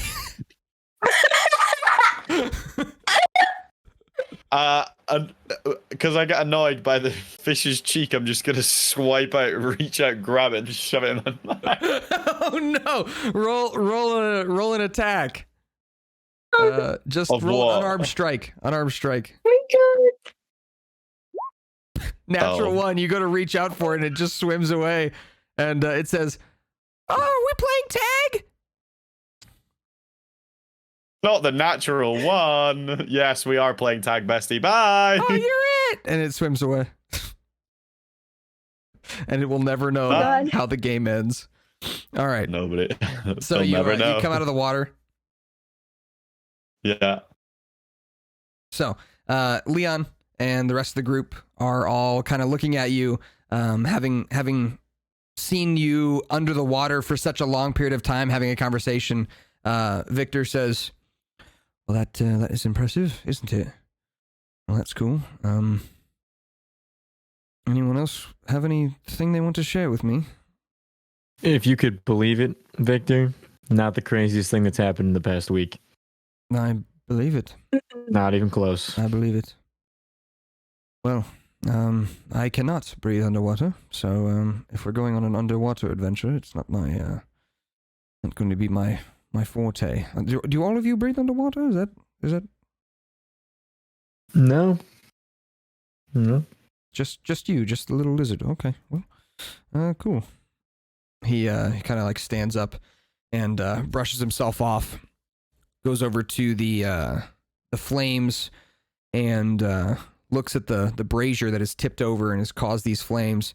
And he takes his dagger out and he kind of scrapes the runes of the brazier so that the flames disappear.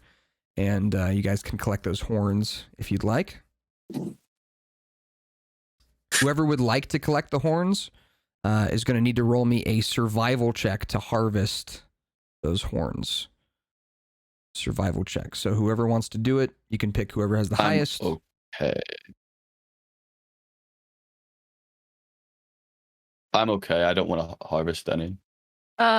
You said survival? Mm-hmm. Ooh, I have a 3. Does anybody have one higher than me? Oh, I have a 4. I could roll then. I'll stop being lazy. I can roll if you want. Has anyone got higher than a 4? I've just got a 4 as well. So I'll roll 2 then. Yeah. You can we both roll? One of you can roll with advantage. So go ahead and roll again. Okay, I'll hit. Okay. Fergus already rolled, so we'll just have her roll again. All right, yeah, 23 is good. Okay. Woo. All right, so you're able to harvest the horns from the skull of this Yeti. The flames are all dissipated, so you're not in any danger or anything like that. You're able to harvest the horns. They are pretty large. The horns, I would say, are about the size of, like, Leon's shoe size. They're like, I don't know, 1.5 feet or so. And they're pretty heavy. So, Horns. Fergus, you just going to put them in your pack, or do you want to give them to somebody else? It's up to you. Just nice to know who has them.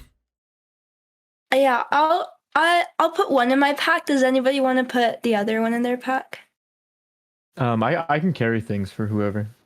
Okay, you carry one. I'll carry the so other. each of you has one of the Yeti horns. You can add that to your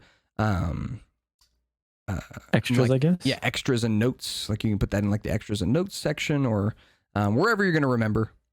You could put it in the Blood of the Immortals Discord chat that we have, the one in the official Discord here that we're talking in, or whatever. Cool. All right. So with that, you guys have 2 options for exiting this cave. One that goes to the right and one that goes to the left. These caves, just like before, are in like kind of like a downward sloping angle. So you have a feeling you're probably at like the dead center of the mountain. So you just have a little bit more traveling to go. Like you're halfway through it, and you've traveled through about 3 caves so far.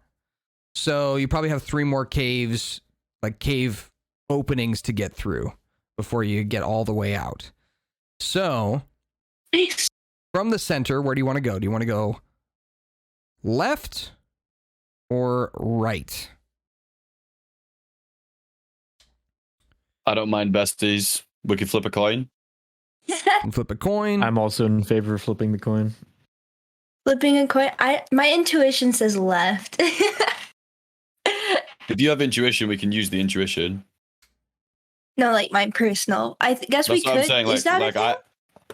No, I was just saying like. Oh wait, we can roll perception. Can I look into the caves? Can I use my fucking cobble stuff? Absolutely. Yeah, I'm gonna use the bathroom real quick while you're doing that. Sure. Yeah. So should I use perception or investigation?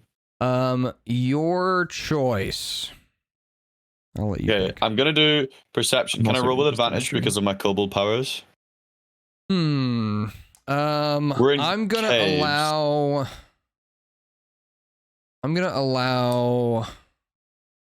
Nah, no advantage on this one. Okay. But anyone can roll. So if Shisa wants to roll. I'm just gonna let anyone throw a roll out there. Victor's gonna roll, and Egrid's gonna roll, and then we'll let. Can I do investigation instead of? Mm-hmm. Okay. Okay, 13. And then we'll wait for Moonsy and Colin to come back. So, after this, like after you guys make it out of the mountain, if you make it out of the mountain, we're gonna level you guys up too. We'll see if that if we can take care of that today as well before we end. That sounds good. What's the ETA? Do you think we'll finish in 45 minutes? Yeah, that's the plan. Cool. Level 4 is a pretty big level though, so that'll be, it may be like I give you the instructions on how to do it, and then you may have to make your decisions off off stream. We'll see. Yeah, I got to dash at 1 because I'm working early tomorrow. No So worries. we can pick it up another day. We'll call another day and do it if you want, Yeah. Commander. No worries. Cool. I have a feeling we're pretty much ready for it. The only thing about level 4 is that there are just choices that everyone has to make that are important. So I'll just explain those choices when we get there. Every 4 levels is the same choice, and it's always important. So I'll explain that to everybody when we get there. Once Colin's back, we'll go. We'll finish up this. Yeah. Battlemaster knows in the chat. ASIs and feats. PvP. What? Oh. I saw somebody post on Twitter that they have a feet fetish, but they spelled it F-E-A-T, and they were a Dungeons and Dragons account. And if you know what a feet is, it's pretty funny. I do not, but I'm going to laugh. Hee hee hee, funny. You're about to. I'm gonna learn. Yeah, I like ASIs too, Battlemaster, but I think feats are more fun, especially for new players. We'll see. We'll see what they pick. Hey, Moonsy. Thank you. You did the dingy. You're welcome. Thank you. That means so much to me. Thank you so much. Fun fact, like a little hack for everybody using Discord right now with me. I've noticed that sometimes some of you guys get cut off when someone else is talking, and that happens because of the noise suppression setting in Discord. So if you want, I can show you how to turn that off so nobody gets cut off anymore. Ooh. So go to your Discord settings, then go to voice and video, and scroll all the way down to below where it says voice processing. It'll say echo cancellation and noise reduction. Just turn both of those off, and it'll stop doing that. Yo! Yeah, so nobody will get cut off anymore, and everyone's voices will be nice and crisp. Oh, thank you. You got it. Jinx, are you here?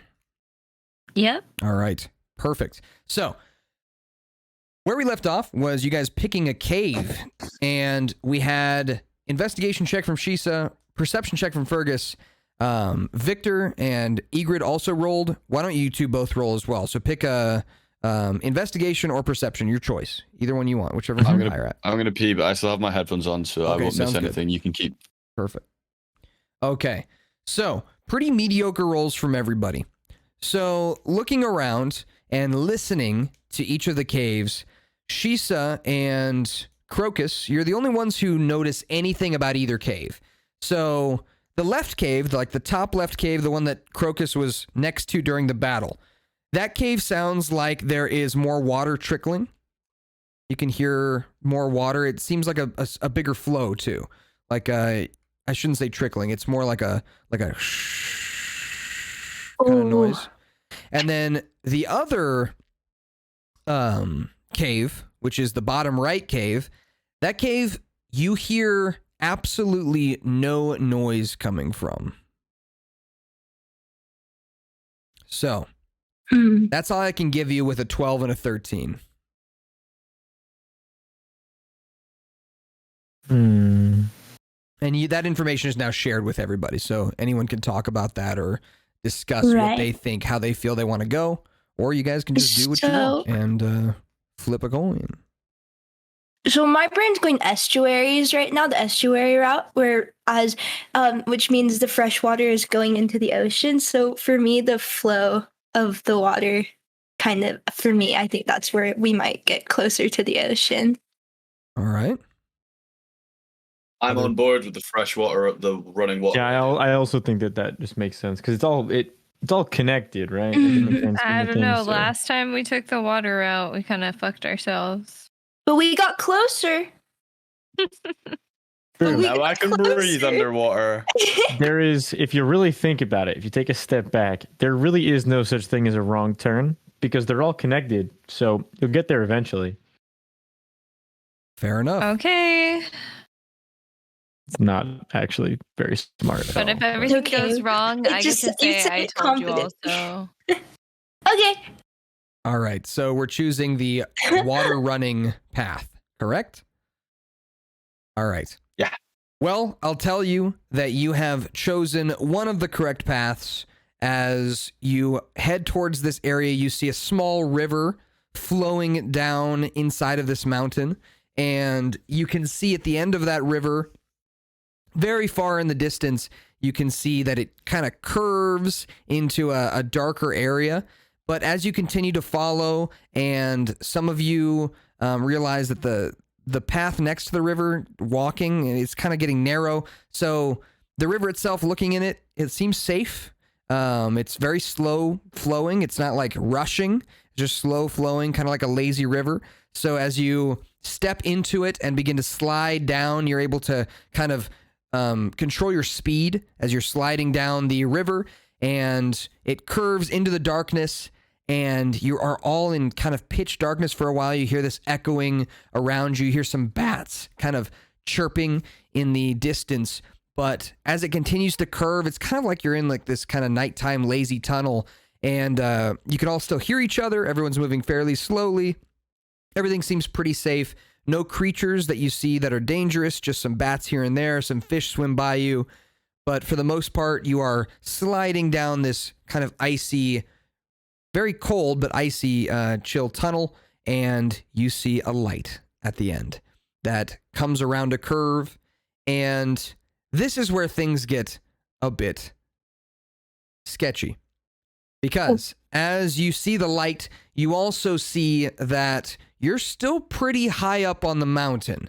And as you're sliding towards the edge, as I said, your speed is pretty controlled, so you're able to stop yourself before you realize that you are now on a kind of little waterfall drop off.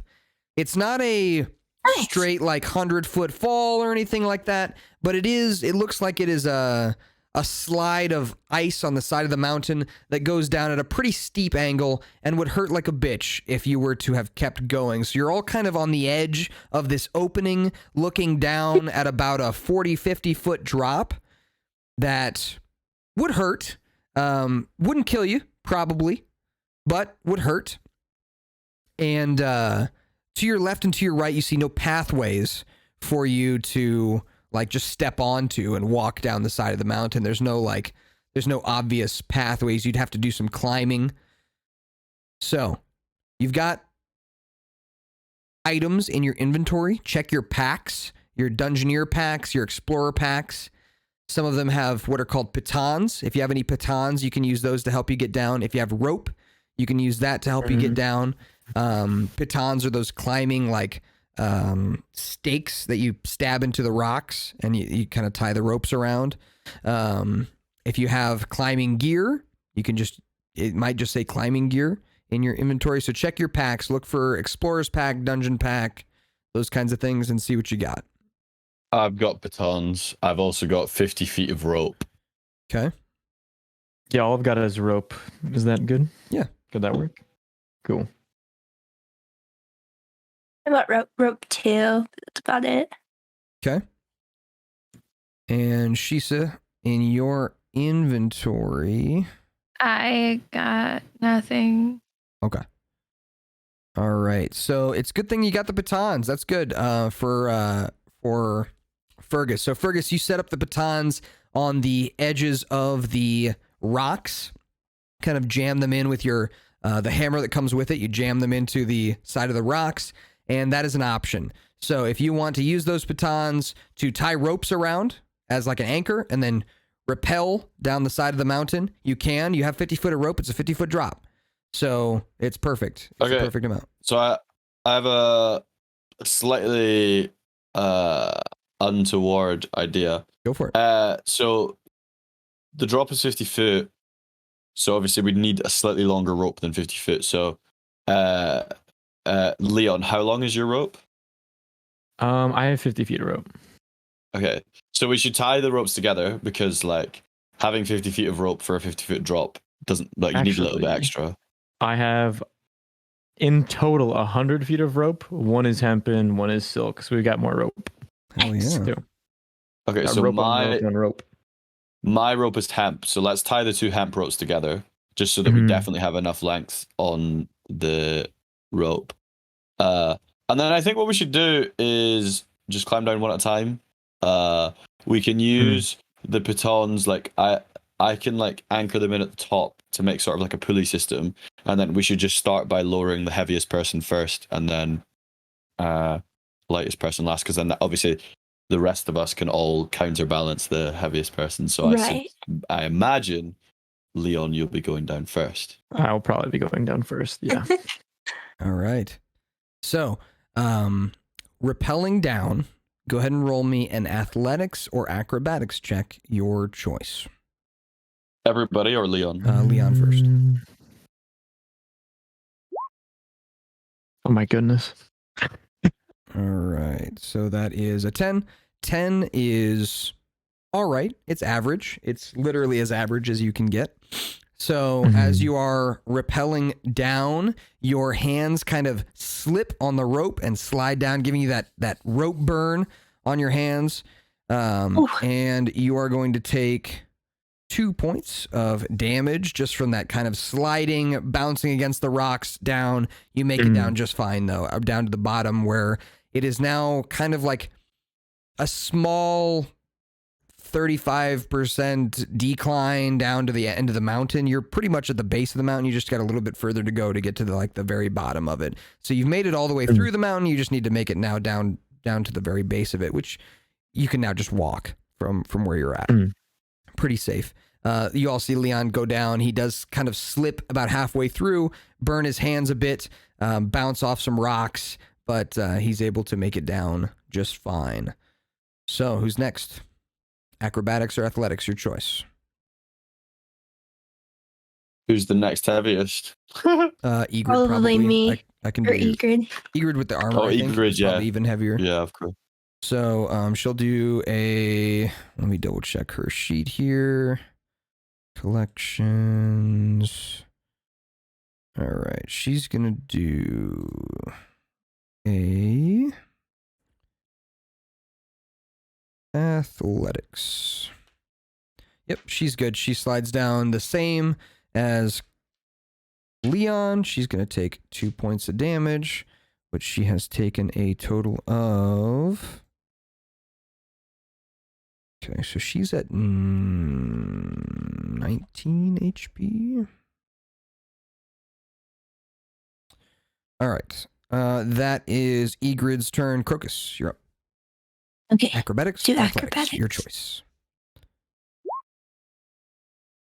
Oh. All right. With a 6, as you are kind of rappelling down the mountain, you do slip. Your foot slips on one of the rocks as it goes tumbling down the side, and you slide down the rope with that burn as well, quite a distance, and the whole rope assembly itself kind of flings out from the side of the mountain and then slams against the mountain, dealing some damage to you. You're going to take a total of 6 damage as you slide down the rope and then bounce off the rocks. But you do make it down to the end. I have 6 health now. This is dangerous, it's 50 foot drop. Oh my goodness. All right. Next up would be probably Victor, and then Shisa, and then Fergus last. So Victor he rolls a 20, not a natural 20, but a unnatural 20. So he rappels down unscathed. Shisa, you're up. 13. As you go down similarly to Egrid and Leon, which is going to deal 2 points of damage to you. It is quite a long ways, 50 feet. Ouch. So I to not waste the rope and the pitons, I'm gonna because obviously I've done like a pulley system. I'm gonna unlatch the pitons and throw the rope down, and then I'll just like ice pick myself down the cliff so I don't lose any items. Okay, sounds good. Your number's going to be a little higher to beat here. That's fine. Get yourself What down about there. acrobatics? Yeah. You can do acrobatics or athletics, your choice. Oh, for fuck's sake. Oh, for fuck's sake. Okay. It really do be like that sometimes for Fergus, doesn't it? Every time you're trying to like do something where it's like movement based, it just seems like it's really hard. So I can call a nat 20, but then I can get 2 nat 1s in a row. Not in a row, close enough to being in a row actually. All right. Fergus, what's your HP? Am I fucking dead? What's your HP? I'm 20 out of 21. Okay, you're fine. You're gonna be fine. You are going to take. Oh my god. Close. You take 18 points of bludgeoning damage as you slip and fall down the rocks. You do lose one of your pitons as it gets stuck in the rock, and you slip and slide down the side of the mountain. Leon, since you were the first one down there, I'd assume you're kind of helping spot people.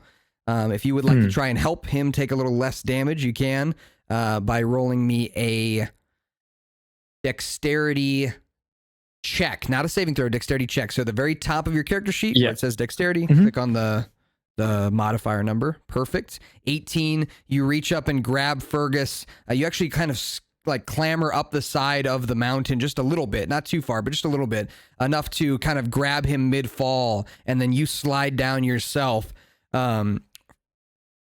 Leon, you take 3 points of damage as you slide down the rocks, but Fergus, you're going to get halved from whatever number I told you, 16, right? Or did I say 18? 18. 18, so you're going to halve to 9. Okay. Thanks, brother. All right. Able to catch Fergus mid-fall. You are now all safely at the bottom, the waterfall splashing next to you. You all take a deep breath. That was not an experience you were expecting going in this direction. But you're noticing for the first time now, it's warm. Tropical on this side of the mountain. The side of the mountain is covered in grass and damp greens. And in front of you is a lush swamp-like area that leads out to the coast. When you were standing at the precipice of the mountain, you kind of could see just on the horizon a bit of blue of the ocean. So you're not too far away. You just have to travel through a kind of swampy area to get there. And you will be on your way to Jurasaur. And that is where we're going to end it for today. No cliffhangers, nothing crazy like that. Yeah. Just made it out safely from the mountain. Good job. Yeah, To be fair, we'd been through a lot. You did. we did the besties. You did. And now I did tell Ross and Jinx that we are going to level you guys up. So we're going to level up to level 4.